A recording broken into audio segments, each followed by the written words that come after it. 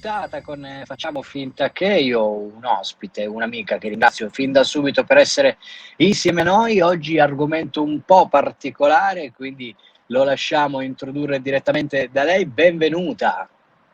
Grazie Gianluca, grazie al canale per avermi invitato, grazie mille. E sì, oggi parliamo di un tema un po' particolare perché parleremo del diavolo. La tematica è stata trattata qualche anno fa in un testo che è uscito per la Uno Editori che si chiama L'origine di Dio e del diavolo ed era basato in realtà su un'indagine tra i miti egizi e la Bibbia. All'interno di questo testo ho ricavato proprio uno spazio ricco e approfondito in cui mi sono dedicata all'analisi della figura del diavolo, che è quella che oggi in qualche modo proveremo a delineare insieme. Ok, allora partiamo proprio da quel testo, andiamo un pochettino ad approfondire quelli che sono stati i tuoi studi. Raccontaci un po' questa connessione con l'antico Egitto. Allora, innanzitutto dipende tutto dalla figura del diavolo, nel senso, quando noi citiamo il diavolo abbiamo subito in mente un'immagine poliformica, nel senso che il diavolo assume tante forme diverse e tanti nomi diversi. Infatti lo conosciamo come Belzebù, come Satana, come Anticristo, come demone, come Lucifero.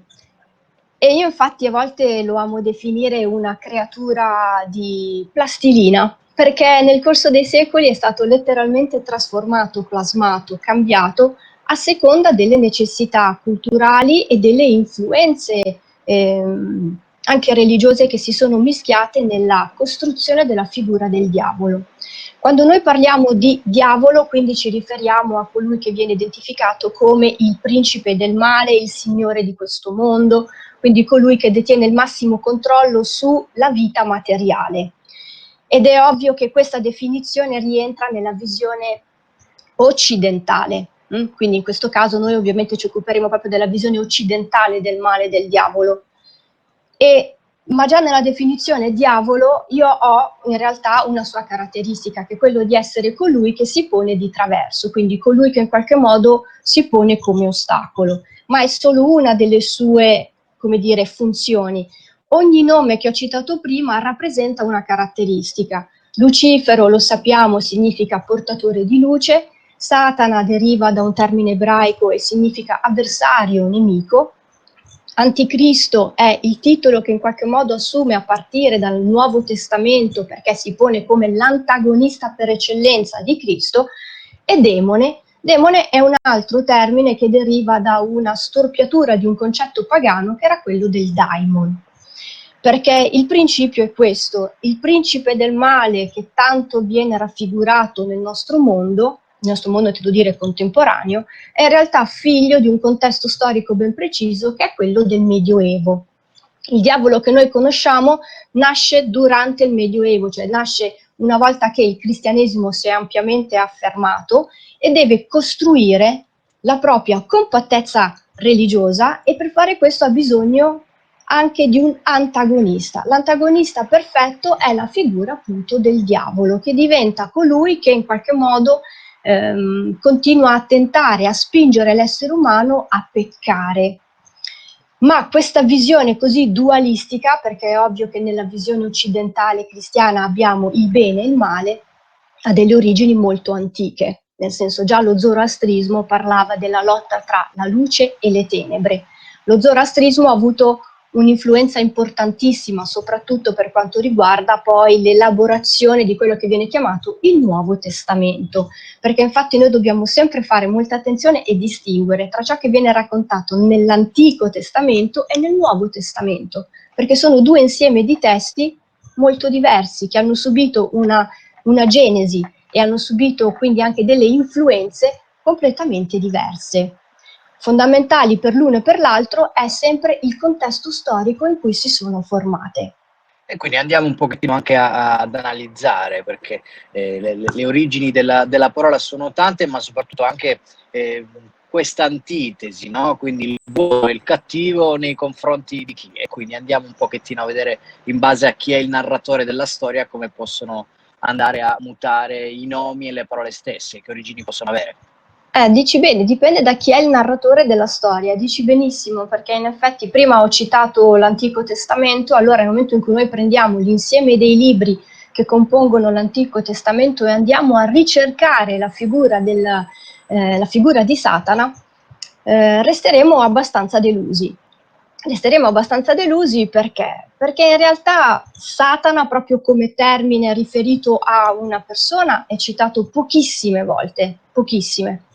E lo stesso vale per il concetto di Lucifero. Non a caso dico concetto di Lucifero perché in realtà il testo ci esprime molto chiaramente come, sia per quanto riguarda Satana, sia per quanto riguarda Lucifero, non si fa riferimento a un'entità ben precisa, soprattutto non si fa riferimento a colui che è appunto il signore degli inferi, come anche siamo abituati a identificarlo. Cosa intendo dire? Partiamo da Lucifero. Il termine Lucifero è attestato nel libro di Isaia al verso 14-12, dove si legge la famosa frase come sei caduto, astro del mattino, e prosegue.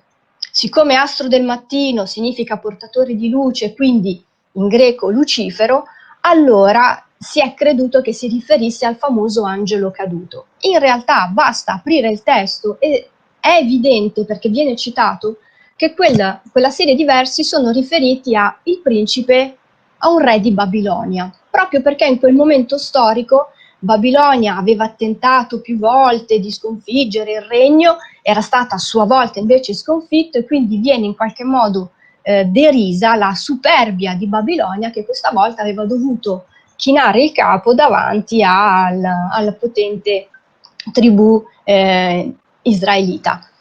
Ma è chiaro che non è un'entità soprannaturale e soprattutto che non si tratta del nemico di Dio. Allo stesso modo, anche in un altro passo, in Ezechiele 28,2, si fa ancora riferimento a chi è stato sconfitto drammaticamente, ma questa volta è chiaro che si riferisce al principe di Tiro. Quindi in realtà il testo fa riferimento a due persone fisiche ben precise. È la manipolazione successiva, è il bisogno di trovare già nel testo più antico, per quanto riguarda sia la tradizione ebraica e soprattutto la tradizione cristiana, la presenza e comunque la conferma della presenza del diavolo. Ma questi due esempi già dimostrano come non sia così. Inoltre aggiungiamo che l'Antico Testamento esprime benissimo il fatto che la fonte del bene e del male è solo una, ed è Dio, cioè Yahweh, il Dio veterotestamentario. Lo esprime chiaramente in diversi passi all'interno dell'Antico Testamento. Possiamo citare Isaia 45,7, possiamo citare il Deuteronomio 32,39. In tutti questi passi, ce ne sono molti altri, il Dio veterotestamentario è presentato come colui che dà la vita e dà la morte, nel senso che egli può tutto. Non a caso ricorre anche questa figura retorica che si chiama merismo, ed è proprio una figura retorica estremamente usata nel mondo ebraico, per cui si fa riferimento alla totalità citando i due estremi. Nel momento in cui si dice io formo la luce e creo le tenebre, come viene detto in Isaia 45,7, Yahweh è la fonte di tutto, bene e male. Infatti Satana, quelle poche volte che viene citato, è un personaggio assolutamente secondario e non è assolutamente all'altezza di Yahweh. Immaginiamo nel libro di Giobbe, quando si presenta Satana e fa sorridere il fatto che Yahweh debba chiedergli chi sei e da dove vieni. Se fosse il grande nemico, come poi è stato presentato nei secoli successivi e nelle tradizioni letterarie successive, non ci sarebbe stato bisogno di dover chiedere le origini. La vita, per come era intesa, era una vita che si compiva solo e soltanto nella dimensione terrena. Infatti anche la presenza dell'aldilà, non c'è quest'ansia escatologica che invece poi troveremo soprattutto dal Nuovo Testamento in poi. Come viene più volte sottolineato nell'Antico Testamento, la vita è ciò che accade sotto il sole, quindi metafora appunto per dire negli anni della vita.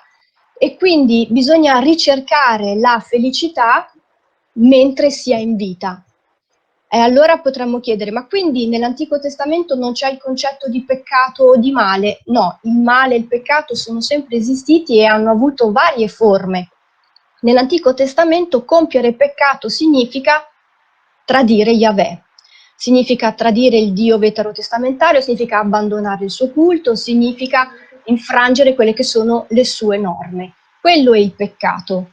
E quindi sarà lui a poi infliggere la punizione. Ovviamente la visione cambia nel momento in cui ci spostiamo nel Nuovo Testamento, dove a seguito proprio dell'influenza dello zoroastrismo, di questa visione fortemente dualistica, abbiamo un antagonista ben delineato che è appunto il diavolo che tenta Gesù, il diavolo che più e più volte in qualche modo sussurra la tentazione, sussurra l'errore, sussurra il tradimento. Ma è cambiato il contesto, è cambiato il momento storico e il diavolo diventa non solo il nemico, ma diventa anche, come dire, l'entità che va sconfitta e non è più, come dire, assoggettata a Dio, mentre nell'Antico Testamento era così, era una figura minore che doveva o presentarsi o comunque sempre chiedere il permesso. Allora potremmo chiederci, ma dove posso leggere la storia di Satana? Ancora una volta ci verrebbe da dire, beh, ovviamente nella Bibbia, dipende, nel senso la citazione più famosa è quella che è contenuta nel libro dell'Apocalisse, perché viene proprio descritta per la prima volta questa creatura mostruosa e si fa riferimento alla guerra tra i cieli.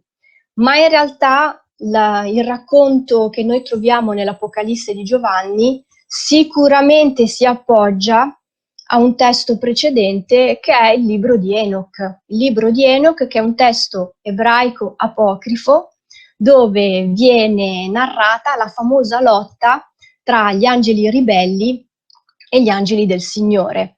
E infatti i libri di Enoch sono diventati il testo di riferimento per quanto riguarda sia l'angiologia che la demonologia cristiana, che quindi è evidente che non li troviamo nel testo biblico, ma li troviamo in un testo esterno, che non rientra nei canoni né ebraici né cristiani, ma rientra soltanto nel canone copto.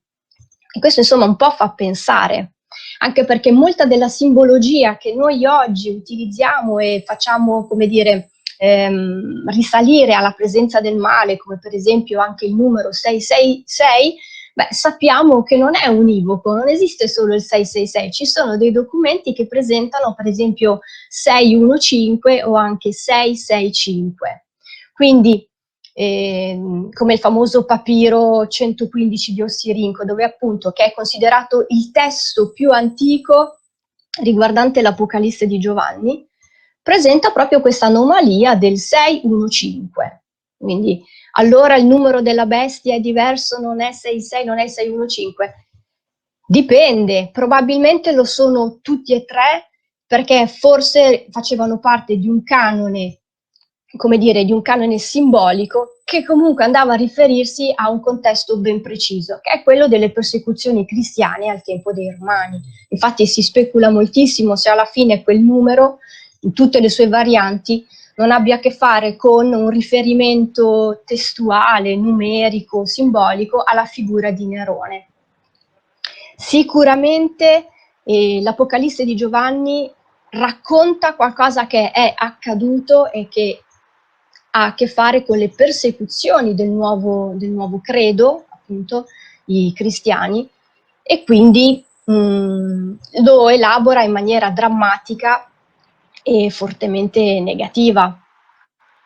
Ecco, io ti volevo chiedere, a proposito della visione bigliniana, in cui se Yahweh viene visto sotto forma di Elohim, di un El, è probabile che qualche nome di qualche suo nemico in realtà altri non fosse che un El nemico, quindi qualcuno che potesse guardare un altro territorio. C'è qualche nome, qualche sinonimo di Satana, che può ricordare dei nomi un po' così di altri Elohim ostili a Yahweh. Sì, ci sono, per esempio quelle che noi chiamiamo Belzebù o Belfagor, in realtà sono tutti riferimenti a il signore delle mosche o appunto a Baal Peor, quindi sono tutte come dire, riferimenti a divinità straniere. Ciò che accade all'interno dell'Antico Testamento è un procedimento che si ripeterà ovunque. Nel momento in cui io devo costruire un credo, nel momento in cui devo costruire un culto religioso, in cui devo dar forma a un sistema di credenze che gira intorno soprattutto a una divinità o a quella che io considero la più importante, quindi che sia monoteismo o enoteismo, ho bisogno di porre dei nemici, cioè ho bisogno di rendere esclusivo il mio protagonista e il mio sistema di credenze. In questo modo tutto ciò che è straniero o comunque diverso da ciò che io sto costruendo lo devo porre in una luce negativa. Quindi ecco che Baal Peor si trasforma, ecco che il signore delle mosche diventa Belzebù, e nel corso dei secoli, una volta che si diffonde il credo proprio cristiano, quindi stiamo parlando ormai abbondantemente dopo la caduta dell'impero romano, diventano tutti appellativi che vengono in qualche modo assegnati al diavolo, perché noi lo chiamiamo comunemente diavolo. Ma perché è stato fatto lo stesso processo culturale. Il cristianesimo, nel momento in cui si afferma nel mondo occidentale dopo la caduta dell'impero romano, deve fare in qualche modo piazza pulita di millenni di culti precedenti, e l'unico modo è trasformare ciò che è diverso dal cristianesimo in qualcosa che è malvagio e che soprattutto ti porta alla dannazione, alla condanna eterna. Ecco quindi, per esempio, che nella costruzione anche iconografica del diavolo si vanno a prendere tanti elementi che appartenevano a delle divinità pagane. In questo caso sicuramente il tributo maggiore va riconosciuto al dio Pan, perché da lui sono stati presi tantissimi elementi, da metà corpo di capro, le corna, a volte questo ghigno un po' sardonico, solo che vengono poi rilette e, come dire, interpretate in chiave malefica, quindi proprio per costruire un vero e proprio antagonismo tra il nuovo culto e ciò che c'era prima, proprio nell'ottica di indirizzare i nuovi fedeli ad abbandonare le vecchie credenze per abbracciare il nuovo culto, che è l'unico che può dare la salvezza eterna.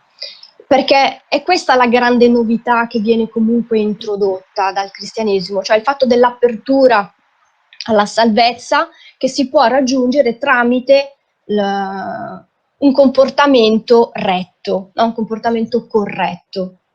E per fare questo bisogna in qualche modo sgomberare da qualunque altra influenza esterna non cristiana. Prima parlavamo dell'Antico Testamento e dell'assenza di un concetto di salvezza, questo perché nel mondo dell'Antico Testamento l'aldilà era lo Sheol, quindi questa dimensione ombrosa dove finivano tutti i defunti, che ricorda molto anche l'Ade.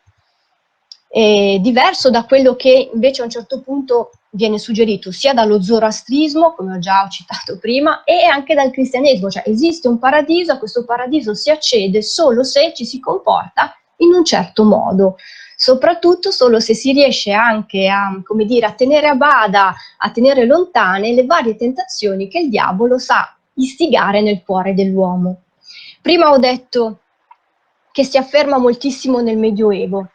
Il Medioevo è il nostro momento storico in cui, forse più che in altri, avviene una pesantissima propaganda ai danni del diavolo, perché iniziano a proliferare quadri, iniziano a proliferare rappresentazioni scultoree, dove si mette in evidenza come il male ti consumerà sia a livello fisico sia a livello spirituale. E per esempio possiamo citare il giudizio universale di Coppo di Marcovaldo, che è del XIII secolo, per non parlare poi della visione dantesca. Sono tutte rappresentazioni che aiutano gli uomini del Medioevo a comprendere come il pericolo del male porterà a una distruzione in questa e nell'altra vita, che era la cosa più pericolosa, era la cosa più temuta nel contesto del Medioevo. Questo perché questo perché era ormai nato quel dualismo che vedeva nel corpo e nella materialità il regno del male, e invece in una ricerca di una elevazione spirituale il regno, diciamo così, del bene. Quindi tutto ciò che afferiva al mondo materiale, dai piaceri di qualunque tipo, doveva per forza essere un'espressione di una corruzione, e quindi andava mortificato. Pensiamo a tutte le pratiche proprio di mortificazione del corpo che andavano di moda, che erano frequenti nel Medioevo. Questo perché si pensava che in questo modo si sublimasse l'aspetto spirituale. Non c'è dubbio che ci fosse una grande ansia per ciò che sarebbe accaduto dopo la morte. Teniamo anche conto che è un lungo periodo il Medioevo in cui si verificano anche una serie di pesantissime epidemie, soprattutto dal 300 in poi, che, come dire, aumentarono la sensazione della presenza del male che agiva e distruggeva. E allora l'unica soluzione era quella di abbracciare sempre con maggior fede il credo cristiano, e quindi portare avanti davvero un cammino di espiazione. Ecco, fra l'altro quello che dicevi a proposito di volgere alla spiritualità o alla materialità, in realtà si spiega un po' quello che è il pentacolo, la famosa stella che, se rappresentata sotto forma dell'uomo vitruviano, laddove la punta della stella è rivolta verso l'altro, vuol dire che l'uomo ha la testa alla spiritualità, a tutto ciò che è alto, laddove invece fosse rivolta verso il basso e quindi rivolto alla materialità, e quindi si spiega come mai la stella al contrario viene, o il pentacolo, vengono attribuiti un po' alla figura del diavolo stesso. Ecco. È vero, però questa è appunto una deformazione, diciamo, proprio del nostro contesto culturale. Ve ne sono altri dove invece l'aspetto, come dire, terreno e spirituale venivano visti come un unicum. E allora in questo caso penso proprio all'antico Egitto, dove non c'era questa divisione. Il mondo, diciamo così, il mondo degli dei e il mondo degli uomini facevano parte di un unico sistema. Davvero l'uno si specchiava nell'altro, e anche, come dire, l'aspetto fisico, materiale, non era considerato assolutamente il regno del male. Questo non per dire che nell'antico Egitto non ci fosse il male. Il male c'era, il male era temuto, il male era identificato per esempio nel serpente Apophis o a volte nel dio Set, sì, però tutti questi aspetti facevano parte di un sistema. Non c'era il nemico, non c'era il male tentatore, era parte di un sistema che giocava moltissimo sull'equilibrio. Infatti il mondo egizio, come dire, manifesta davvero un principio di simmetricità, proprio anche spirituale. In tutto c'è una simmetria, un equilibrio che va mantenuta con grande rigore. Non a caso c'è la dea Mat, che appunto è la dea dell'ordine. E il male faceva parte di questo sistema, quindi era pericoloso, andava combattuto, quindi vi erano gli incantesimi, vi erano le pozioni, di tutto, no? Perché poi bisognava anche distinguere tra, come dire, la magia popolare e la magia alta, che era una magia sapienziale, ma il male si combatteva, ma non aveva un nemico. Mentre nel mondo cristiano a un certo punto proprio come dire, acquisisce una maschera ben precisa, che è quella appunto del demonio, come dicevamo prima, che è quello dell'essere mostruoso, che ha come unico scopo quello di corrompere l'essere umano.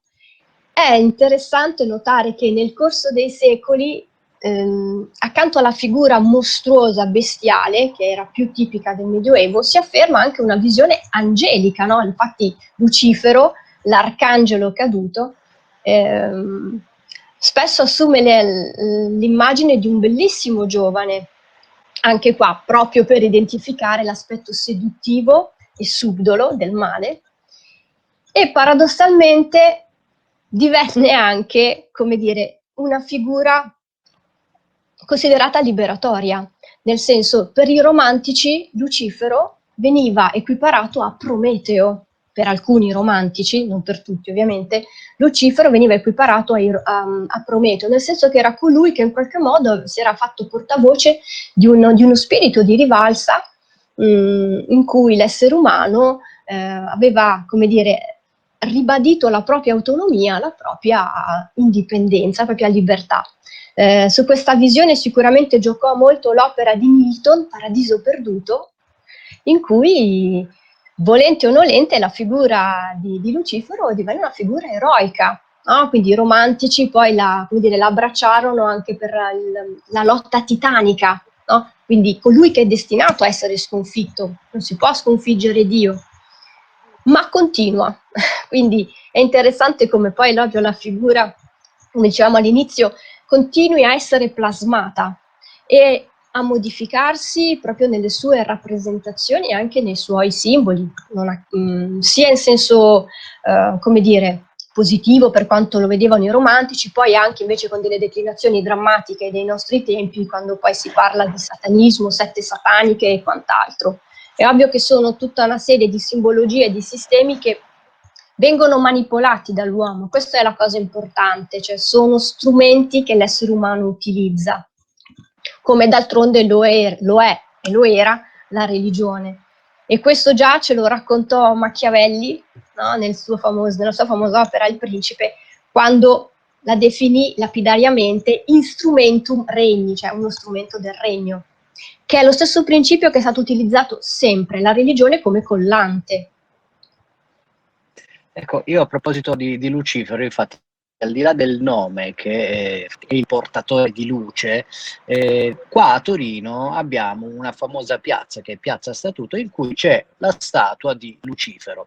Lucifero che ha il pentacolo rovesciato sulla fronte, ma è colui che è il portatore di conoscenza, infatti ha anche in mano una piuma che è il simbolo un po' della conoscenza.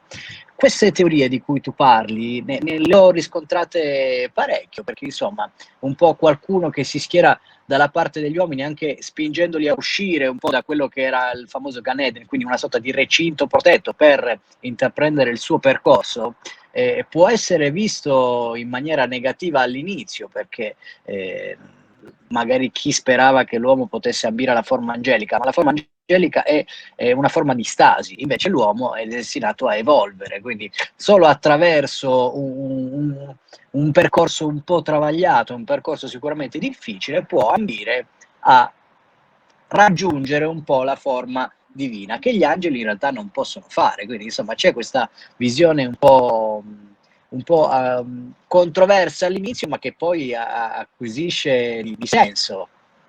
Assolutamente, anche perché a me piace sempre molto citare il concetto basilare dell'umanesimo, che è l'uomo è artefice del proprio destino. E in questa espressione c'è tutto.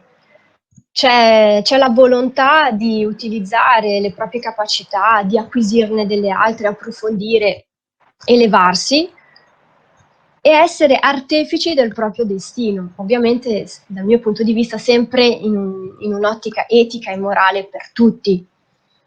Ma è un'ottica antropocentrica, nel senso l'uomo quindi come padrone di se stesso, che in realtà, come dicevi tu, è in contrapposizione a una visione in cui invece c'è un principio divino e l'essere umano è comunque solo una creatura secondaria e assoggettata. E questo è un aspetto che sicuramente è molto moderno, perché mai come anche in questo momento storico noi siamo come dire, i protagonisti di ciò che sta accadendo e di ciò e di come noi poi lo possiamo plasmare e trasformare. Ecco, e di lì poi andremo ad approfondire, perché in realtà un discorso molto delicato è anche un po' questa contrapposizione che si gioca su più piani. Se supponiamo la realtà come un piano di ciò che esiste, ma non l'unico, ci sono altri piani in cui, se andiamo a vedere, per esempio, tutto il fenomeno degli esorcismi o anche il film L'esorcista stesso, in realtà si vede che all'inizio è un'entità che deriva dagli antichi Sumeri, e quindi è un qualcuno che probabilmente può aver aperto altri portali paralleli al nostro, in cui però sembrano esserci poi dei punti in comuni. Quindi il discorso si infittisce, ma è un discorso anche molto studiato e molto in voga, sia dalla cinematografia sia da alcune versioni proprio anche della Chiesa canonica, perché i preti esorcisti sono comunque riconosciuti ed è qualcosa su cui si studia e si lavora molto. Va preso molto con le pinze questo discorso, però sicuramente va citato in una puntata come questa. Sì, anche perché so che adesso magari a causa della pandemia si sarà bloccato, però so che fino a pochi anni fa c'era un corso annuale proprio per formare i preti esorcisti. È assolutamente una realtà, nel senso la Chiesa ribadisce più volte che il male, che il diavolo, anzi che il diavolo è il nemico e che va combattuto, e gli esorcismi sono l'arma da utilizzare. Solo che purtroppo la cronaca degli anni 70 ci riporta tanti esempi, tanti episodi in cui gli esorcismi hanno più che altro portato alla morte poi del soggetto. Sto pensando ad Annalisa Michel, per esempio, perché il più delle volte il fenomeno della possessione si rivela essere un gravissimo disturbo psicologico o psichico. E questo vale anche nel centro di Milano, dove le telefonate sono continue e dimostra più che altro non tanto la presenza incombente del male, ma più che altro la fragilità della nostra condizione presente, e il fatto di ricercare in maniera come dire, spasmodica una soluzione. La precarietà del lavoro, la salute, l'infelicità all'interno magari di un contesto familiare, sono tutti elementi che provocano uno stato d'animo angoscioso, angosciante, al quale si cerca di trovare un rimedio. È ovvio che per chi è all'interno di un sistema di credenze come quello cristiano, come anche viene suggerito dalla Chiesa, tutto ciò che in qualche modo provoca dolore o non funziona viene riconosciuto come un segno della presenza del maligno, e allora viene quasi spontaneo, no? Quindi fare riferimento al sacerdote e chiedere a lui aiuto affinché si venga liberati dalla presenza del male. Fa sorridere in un certo senso il fatto che sono milioni gli italiani che ogni anno fanno ricorso non tanto agli esorcismi, ma per esempio all'altra parte, ossia ai maghi, all'utilizzo proprio di varie, non so, dalla cartomanzia piuttosto che ad altri tipi di interventi, ma la finalità è la stessa, cioè è trovare la soluzione al problema in un modo molto rapido e quasi istantaneo. E questo ovviamente espone a tanti rischi, a seconda poi di come una persona è, come dire, in grado di gestire i vari contesti. Sì, anche perché appunto bisogna un po'. Io quello che mi sono sempre chiesto, e io di cose strane ne ho viste, e conosco anche personalmente eh, rami della Chiesa che praticano l'esorcismo, ma in realtà ho trovato degli elementi comuni con altre pratiche. Io li cito giusto per dover di cronaca, ma questo, cioè, si narra che il diavolo voglia l'anima, quindi possa cercare di assoggettare, di catturare, di rapire quella che è l'anima nel soggetto. In realtà questa figura compare molto anche nel fenomeno delle abduction, quindi però lì in quel caso sono esseri alieni, ma che ambiscono sempre all'anima. Quindi io penso realmente che ci siano più universi, più dimensioni, e il fatto che ognuno con i propri mezzi possa poi analizzare, ovviamente a livello statistico e matematico sarà 1 su 100.000 i casi in cui qualcosa di strano c'è effettivamente, per non ricorrere, come dicevi tu, che ogni cosa viene indicato come quello, ma un qualcuno venuto da altre dimensioni che possa voler qualcosa che sta all'interno della natura umana, può essere descritto con tanti nomi e può essere un po' così combattuto con un discorso di ipnosi piuttosto che un esorcismo, quindi comunque andrebbe sicuramente approfondito, perché questa cosa di altre dimensioni in realtà è molto molto molto attuale, perché poi in realtà si scopre che questi portali si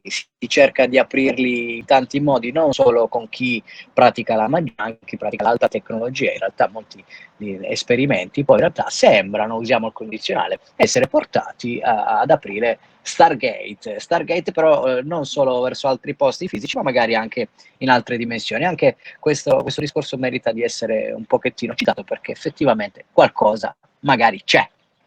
Oh, guarda, E io quindi mi chiedo, se riescono a mettere a punto uno Stargate, se si riuscisse un giorno, soprattutto uno Stargate per viaggiare indietro nel tempo, guarda, io lo proverei subito, davvero.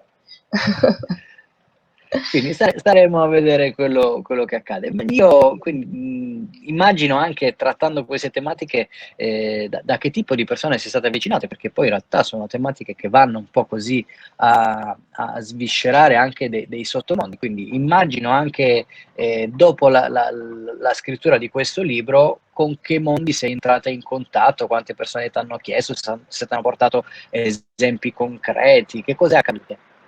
Ma come dici tu, sì, e dopo le persone si avvicinano molto e raccontano. Infatti questo è un tema che onestamente cerco di trattare con estrema prudenza, perché alla fine appartiene proprio all'intimo di ognuno, di ogni persona che in qualche modo mi ha raccontato un aneddoto, un episodio, un'emozione. E bisogna essere molto prudenti quando si tratta questa tematica, perché ha a che fare davvero con, come dire, la parte più fragile di ciascuno di noi.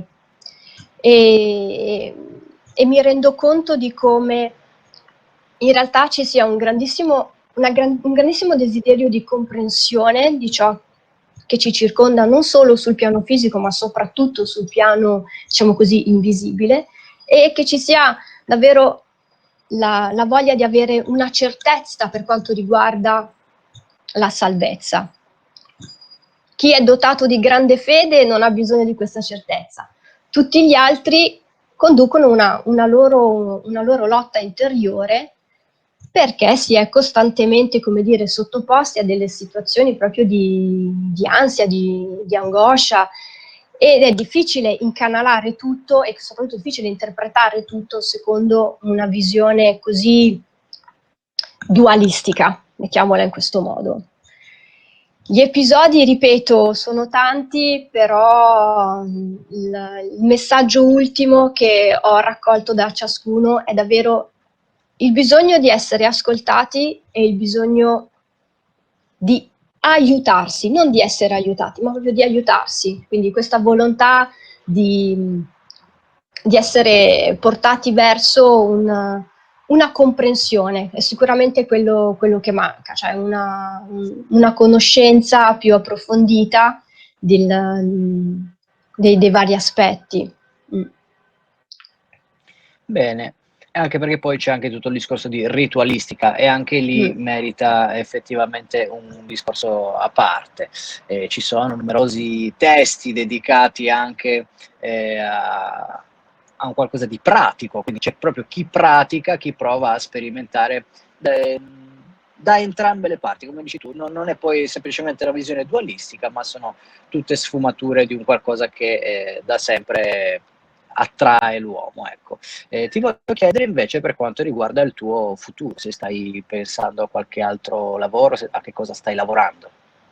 Allora, in questo momento in cantiere ci sono una serie di lavori e posso dire che a fine anno ci dovrebbe essere una novità per quanto riguarda un testo, ma non posso dire molto, ma sono molto contenta di ciò che avverrà perché significa davvero in questo caso proprio una rinascita e dare una nuova spinta a dei lavori di qualche anno fa, che però, come dire, non passano mai di moda perché trattano una tematica sempre presente e che ci riguarda davvero tutti, e soprattutto una tematica che ha per protagonista colui che riempie davvero da millenni pagine e pagine di libri. E accanto a questo poi ci sono altri lavori. So che penso sempre entro l'anno dovrebbe uscire un mio libro sull'Egitto dell'età dell'Acquario, e poi a breve dovrebbe uscire una rivista con un mio articolo sulla caduta di Lucifero nel mondo dantesco, quindi ci sono un po' di cose, sì. Bene, bene, tanto noi rimarremo in contatto. Io ti ringrazio, quindi cominciamo un po' con i ringraziamenti anche per aver accettato questa intervista, che siamo in giorni un po' di cambiamento e definizioni, quindi anche un pochettino collegati da esterne, azioni improbabili, quindi grazie Stefania per aver accettato anche Figurati. insomma un po' la precarietà del TUI. È un momento particolare e soprattutto io ho voluto esserci in ogni caso, anche con mille difficoltà purtroppo evidenti, però noi andiamo avanti nonostante tutto, quindi grazie tante, grazie ovviamente a tutti coloro che ci seguono nonostante tutto, seguono tutti i video, il canale, i video passati, ci sostengono su tutti i social, quindi Instagram, Facebook, soprattutto Telegram, Aggiungeteci su Telegram, aggiungete anche il canale riserva che trovate nelle descrizioni. Grazie ovviamente a chiunque potrà effettuare donazioni, ma chi non potrà invece anche un semplice like e una condivisione di tutti i nostri contenuti contribuiscono a darci una mano, insomma, a innovare la ricerca e la diffusione di queste tematiche di cui si parla sempre purtroppo troppo poco. E quindi Stefania Tosi ovviamente con te è un arrivederci, spero di risentirci Certamente. quanto prima. Volentieri, volentieri, davvero. E un ringraziamento anche alla Uno Editori, che so che ti segue, ha editato questo libro stupendo di cui abbiamo parlato quest'oggi, e quindi un abbraccio e un saluto Assolutamente. anche a loro. Appuntamento alla prossima puntata, come dico sempre io, Hare Krishna. Grazie a tutti, a presto.